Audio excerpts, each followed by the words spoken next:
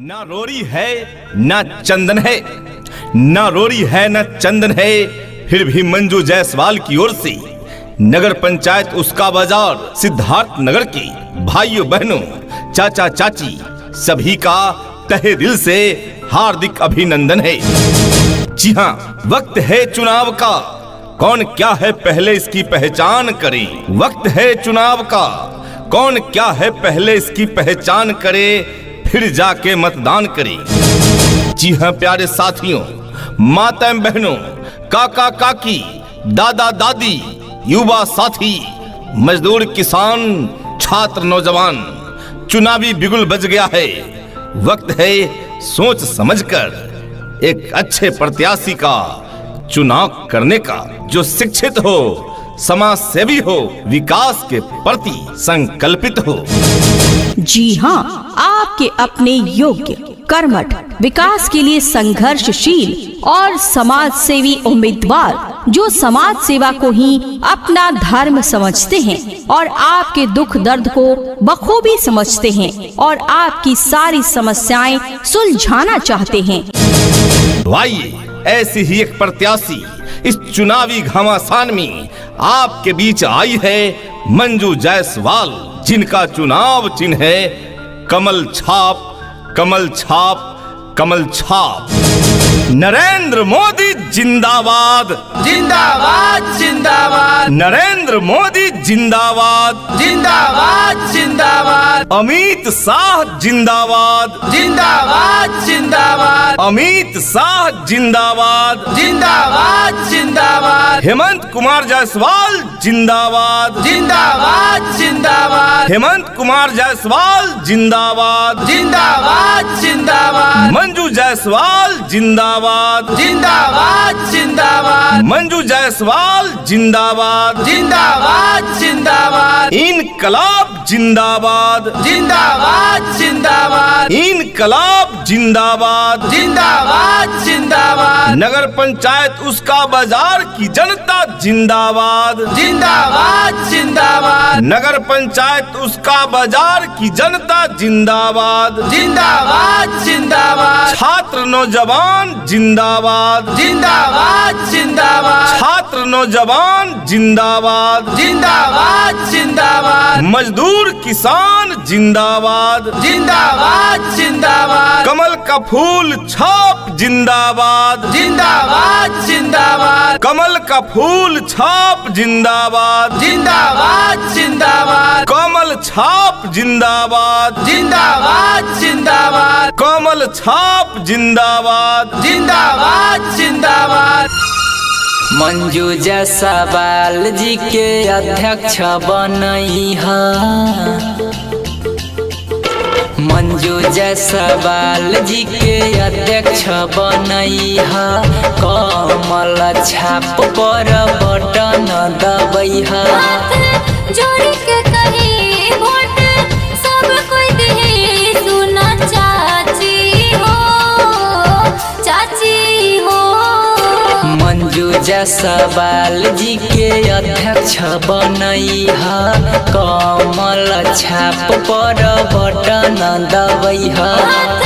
जोड़ी के कही वोट सब कोई दे, सुना चाची हो, चाची हो। मंजू जायसवाल जी के अध्यक्ष बनई है, हेमंत भैया के। झूठी मूठी बातों से आवाम को लड़ाते हैं, झूठी मूठी बातों से आवाम को लड़ाते हैं। ऐसे दानवों से होशियार होना चाहिए, आदमी से आदमी को प्यार होना चाहिए, प्यार होना चाहिए। जी हाँ, यदि सरकारी योजनाएं दब गई है भ्रष्टाचारों की धूल से, जी हाँ, यदि सरकारी योजनाएं दब गई है भ्रष्टाचारियों की गंदी धूल से, तो आइए इस चुनाव में नाता जोड़िए कमल के फूल से। भ्रष्टाचार का सफाया करने हेतु, जन जन को उसका अधिकार दिलाने हेतु, जन जन को मान सम्मान दिलाने हेतु, चौमुखी विकास कराने हेतु सबसे योग्य, शिक्षित, समाज सेवी महिला उम्मीदवार मंजू जायसवाल, जो भाजपा की ओर से प्रत्याशी है, अध्यक्ष पद की उम्मीदवारी लेकर आपके बीच आई है। नगर पंचायत उसका बाजार सिद्धार्थ नगर से अध्यक्ष पद के सबसे कर्मठ, सुयोग, शिक्षित व समाज सेवी महिला प्रत्याशी मंजू जायसवाल, जिनका चुनाव चिन्ह है कमल का फूल छाप। इसी कमल छाप पे बटन दबाना है और इस बार मंजू जायसवाल को ही अध्यक्ष पद पर विजय दिलाना है।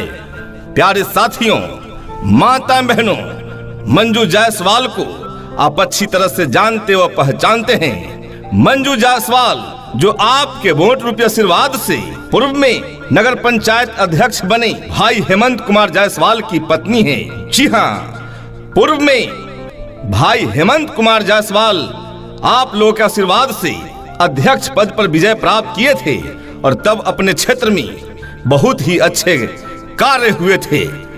लेकिन पिछले 5 सालों से ये सत्ता इनकी हाथों से अलग हुई और अपने क्षेत्र में कार्यों में जंग लग गया। सारे कार्य या तो अधूरी पड़ी है या फिर हुई ही नहीं है। प्यारे साथियों, माताएं बहनों, यदि आप चाहते हैं कि फिर से अपने नगर पंचायत उसका बाजार सिद्धार्थ नगर का एक नई तस्वीर बनी, तो आइए हम सबको चट्टानी एकता दिखाते हुए एकजुट होकर मतदान के दिन मतदान केंद्रों पे चलना है। तो सिर्फ और सिर्फ कमल छाप पे ही बटन दबाना है और इस बार भाई हेमंत कुमार जायसवाल की पत्नी मंजू जायसवाल को ही नगर पंचायत उसका बाजार का अध्यक्ष पद पर विजय दिलाना है। तो याद रखिए, काका काकी, दादा दादी, युवा साथी, छात्र, नौजवान, मजदूर, किसान, सबका चुनाव चिन्ह कमल का फूल छाप। नरेंद्र मोदी जिंदाबाद, जिंदाबाद जिंदाबाद, नरेंद्र मोदी जिंदाबाद, जिंदाबाद जिंदाबाद, अमित शाह जिंदाबाद, जिंदाबाद जिंदाबाद, अमित शाह जिंदाबाद, जिंदाबाद जिंदाबाद, हेमंत कुमार जायसवाल जिंदाबाद, जिंदाबाद जिंदाबाद, हेमंत कुमार जायसवाल जिंदाबाद, जिंदाबाद जिंदाबाद, मंजू जायसवाल जिंदाबाद, जिंदाबाद जिंदाबाद, मंजू जायसवाल जिंदाबाद, जिंदाबाद जिंदाबाद, इनकलाब जिंदाबाद, जिंदाबाद जिंदाबाद, इनकलाब जिंदाबाद, जिंदाबाद जिंदाबाद, नगर पंचायत उसका बाजार की जनता जिंदाबाद, जिंदाबाद जिंदाबाद, नगर पंचायत उसका बाजार की जनता जिंदाबाद, जिंदाबाद जिंदाबाद, छात्र नौजवान जिंदाबाद, जिंदाबाद जिंदाबाद, छात्र नौजवान जिंदाबाद, जिंदाबाद जिंदाबाद, मजदूर किसान जिंदाबाद, जिंदाबाद जिंदाबाद, कमल का फूल छाप जिंदाबाद, जिंदाबाद जिंदाबाद, कमल का फूल छाप जिंदाबाद, जिंदाबाद जिंदाबाद, कमल छाप जिंदाबाद, जिंदाबाद जिंदाबाद, कमल छाप जिंदाबाद। जिंदाबाद जिंदाबाद, कर्मठ समाज से भी बारन हेमंत भैया और छै ईमानदार हो। जब जमले लाना हेमंत भैया तो पूछलन समाचार हो। सब कोई मिल के इनके जितैहा, सब कोई मिल के इनके जितैहा। कमल छाप निशान हो, मंजू जायसवाल के अध्यक्ष बनैहा। कमल छाप पर बटन दबैहा। हाथ जोड़ के कही वोट सब कोई दे, सुना चाची हो, चाची हो। मंजू जायसवाल जी के अध्यक्ष बनैहा हेमंत भैया के। वक्त बदला, मौसम बदला, बदलते देखा बेईमान को। वक्त बदला, मौसम बदला, बदलते देखा बेईमान को, लेकिन आज तक किसी ने बदलते नहीं देखा।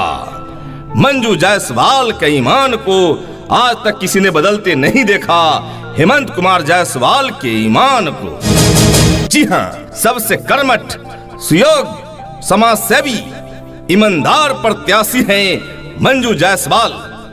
इनके पति हेमंत कुमार जायसवाल पूर्व में आप लोगों के आशीर्वाद से अध्यक्ष पद पर विजय प्राप्त किए और तब अपने क्षेत्र में अच्छे कार्य किए थे। नगर में गली गली इंटरकॉलिंग का काम हुआ था, छोटी बड़ी नालियों का पक्का निर्माण का कार्य हुआ था, नगर पंचायत कार्यालय की बिल्डिंग का निर्माण कराए, नगर में व्यवसायी कॉम्प्लेक्स बनवाने का काम किया, नगर में पानी का टंकी बनवाने का काम किया गया, नगर में 80% पाइपलाइनें बिछाने का काम किया गया था, विद्युत के लिए पावर हाउस के लिए जमीन आवंटन कराने का काम किया गया था, नगर में स्ट्रीट लाइट हर जगह लगाने का काम किया गया था। इतना ही नहीं, भाई हेमंत कुमार जायसवाल के द्वारा सड़कों के किनारे पैदल चलने वालों के लिए इंटरलॉकिंग का कार्य किया गया था, स्वच्छ पेयजल की व्यवस्था की गई थी, नगर पंचायत का बाजार में किसी भी धर्म की त्योहार के प्रति किया गया कार्य किसी भी व्यवस्था का बकाया नहीं रहा, नगर में स्वच्छता पर विशेष ध्यान दिया गया था, नगर में मोबाइल ट्रांसफार्मर और पानी की टंकी का व्यवस्था किया गया था, पुराने रेलवे पुल की इंटरलॉकिंग की गई थी। रोड बनी नाला बनी होई विकास है,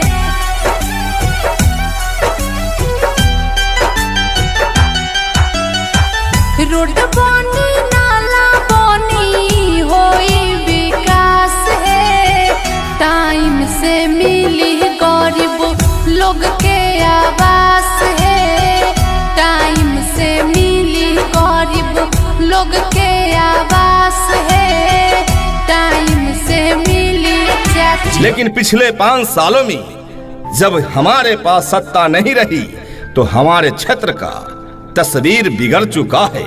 जी हाँ, अभी फिलहाल हमारे नगर पंचायत उसका बाजार का स्थिति दयनीय है, शौचालय का लाभ लोगों को नहीं दिया गया, सड़क किनारे लगे पोल की लाइट खराब है, सीसीटीवी कैमरे लगे हैं, लेकिन जनता को दर्शन दुर्लभ हो गया है। इतनी भीषण गर्मी में भी वाटर एटीएम खराब पड़े हैं, जनता स्वच्छ पानी के लिए तड़प रही है। आवास योजना में भी भ्रष्टाचार हो रहा, पुराने कार्यालय के काम को आगे बढ़ाने की बजाय उनकी हालत और खराब कर दिया गया, जो सड़क बनाया गया आधा अधूरा छोड़ दिया गया, सभी वार्ड में शौचालय मानक के विपरीत बने और इस कार्यालय में आदमी स्वच्छ और साफ शौचालय के लिए भी तरस गए। चुनावी वादों में एक वादा था कि कोई भी गरीब व्यक्ति इलाज का मोहताज नहीं होगा, एम्बुलेंस की व्यवस्था की जाएगी, पर बेचारी गरीब जनता इलाज के लिए भी निजी वाहन किराए पर लेने को मजबूर हुआ। सभी वार्ड में पार्क बनवाने का झूठा वादा करके ज्यादा तो छोड़े एक पार्क भी नहीं बन सके पूरे नगर पंचायत में। प्रिय साथियों, माताएं बहनों, यदि आप चाहते हैं कि अपने क्षेत्र का सर्वांगीण विकास हो, अपने क्षेत्र में शौचालय का लाभ लोगों को मिले, सड़क किनारे पोल की लाइटें जो खराब है वो जल्द से जल्द बन जाए, जनता का काम जनता के द्वार तक जाकर करें, वाटर एटीएम जो खराब पड़ी है वे सुचारू रूप से काम करने लगे, आवास योजना का लाभ बिना एक पैसा खर्च कराए जनता को मिले, गली गली तक पक्की सड़कें बने, सभी वार्ड में शौचालय मानक के आधार पर बने। तो आइए अपनी चट्टानी एकता दिखाते हुए इस बार एक के कीमती वोट कमल छाप के ऊपर दे और मंजू जायसवाल को इस बार अध्यक्ष पद पर विजय दिलाएं। नगर पंचायत उसका बाजार सिद्धार्थनगर की अध्यक्ष पद की सबसे कर्मठ, सुयोग्य, शिक्षित, जुझारू, समाज सेवी महिला उम्मीदवार मंजू जायसवाल, जिनके पति को आप अच्छी तरह से जानते व पहचानते हैं, भाई हेमंत कुमार जायसवाल, जो पूर्व नगर पंचायत अध्यक्ष रहे हैं, साथ ही पूर्व जिला महामंत्री मंडल प्रभारी भाजपा का रहे हैं। आइए हेमंत कुमार जायसवाल की पत्नी मंजू जायसवाल को इस बार अध्यक्ष पद पर विजय दिलाएं। अपना एक के कीमती वोट कमल छाप की निशानी देखकर गिराएं। जी हाँ, तो आइए कमल छाप के सामने का बटन दबाना है और इस बार अध्यक्ष पद के लिए मंजू जायसवाल को ही जिताना है।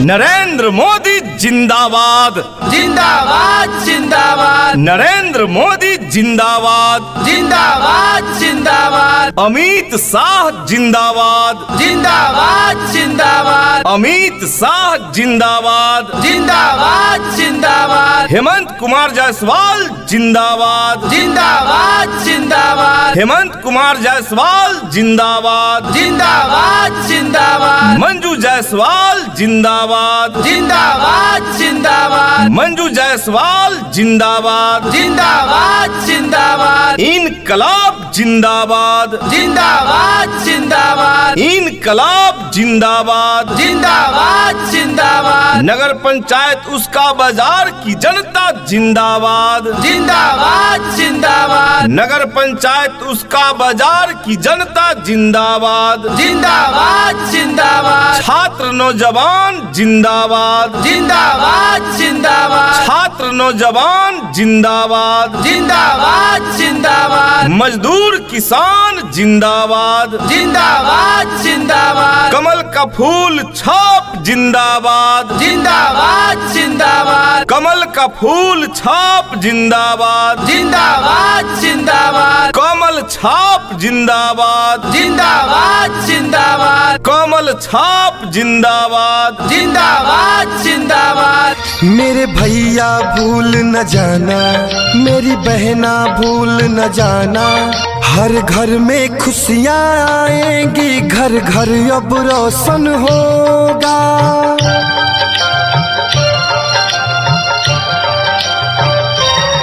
हर घर में खुशियाँ आएंगी, घर घर अब रोशन होगा। नाली सड़क शौचालय का ना कोई टेंशन होगा। पक्का आवास मिलेगा, राशन पेंशन भी मिलेगा, सबको सम्मान मिलेगा, सबको रोजगार। वंचित शोषित वर्गों को झमेला मत समझना, वंचित शोषित वर्गों को झमेला मत समझना, रोजगार के साधन को इनके ठेला मत समझना। गरीबों, वंचितों, शोषितों की बुलंद आवाज हो, ईमानदार हो, इसलिए अकेला मत समझना, अकेला मत समझना। न भादो से न कादो से, न भादो से न कादो से, अगर नगर पंचायत कचरा होता है तो चापलूसों के झूठे वादों से। जी हाँ प्रिय साथियों, माताएं, बहनों, भाइयों, यदि आप चाहते हैं कि आपका हक आपको मिले, जन जन को सरकारी योजना का लाभ मिले, तो आप सबों को एक अच्छी ईमानदार प्रत्याशी को ही इस बार अध्यक्ष पद पर जिताना है, ताकि आपको पूरा पूरा हक मिल सके। जी हाँ, तो आइए अध्यक्ष पद की सबसे कर्मठ, सुयोग्य, शिक्षित महिला उम्मीदवार मंजू जायसवाल, जो है आपके जाने पहचाने समाज सेवी भाई हेमंत कुमार जायसवाल की पत्नी, जो आपके वोट रूपे आशीर्वाद से पूर्व में नगर पंचायत उसका बाजार सिद्धार्थ नगर का अध्यक्ष पद पर विजय प्राप्त किए और आपके क्षेत्र में सराहनीय कार्य किए थे। तो आइए एकजुट होकर अपना एक के कीमती वोट कमल छाप पर देकर मंजू जायसवाल को ही अध्यक्ष पद पर विजय दिलाना है। इनके पति हेमंत कुमार जायसवाल की हाथों में मजबूती देनी है, ताकि जन जन का कल्याण हो सके, नगर पंचायत उसका बाजार सिद्धार्थ नगर का एक नई तस्वीर बन सके। तो आइए काका काकी दादा दादी हम सभी का अपना चुनाव चिन्ह कमल का फूल छाप, कमल का फूल छाप, जहां देखे कमल का फूल छाप वहीं दबाएं बटन आप। नरेंद्र मोदी जिंदाबाद, जिंदाबाद जिंदाबाद, नरेंद्र मोदी जिंदाबाद, जिंदाबाद जिंदाबाद, अमित शाह जिंदाबाद, जिंदाबाद जिंदाबाद, अमित शाह जिंदाबाद, जिंदाबाद जिंदाबाद, हेमंत कुमार जायसवाल जिंदाबाद, जिंदाबाद जिंदाबाद, हेमंत कुमार जायसवाल जिंदाबाद, जिंदाबाद जिंदाबाद, मंजू जायसवाल जिंदाबाद, जिंदाबाद जिंदाबाद, मंजू जायसवाल जिंदाबाद, जिंदाबाद जिंदाबाद, इनकलाब जिंदाबाद, जिंदाबाद जिंदाबाद, इनकलाब जिंदाबाद, जिंदाबाद जिंदाबाद, नगर पंचायत उसका बाजार की जनता जिंदाबाद, जिंदाबाद जिंदाबाद, नगर पंचायत उसका बाजार की जनता जिंदाबाद, जिंदाबाद जिंदाबाद, छात्र नौजवान जिंदाबाद, जिंदाबाद जिंदाबाद, छात्र नौजवान जिंदाबाद, जिंदाबाद जिंदाबाद, मजदूर किसान जिंदाबाद, जिंदाबाद जिंदाबाद, कमल का फूल छाप जिंदाबाद, जिंदाबाद जिंदाबाद, कमल का फूल छाप जिंदाबाद, जिंदाबाद जिंदाबाद, कमल छाप जिंदाबाद, जिंदाबाद जिंदाबाद, कमल छाप जिंदाबाद। जिंदाबाद जिंदाबाद।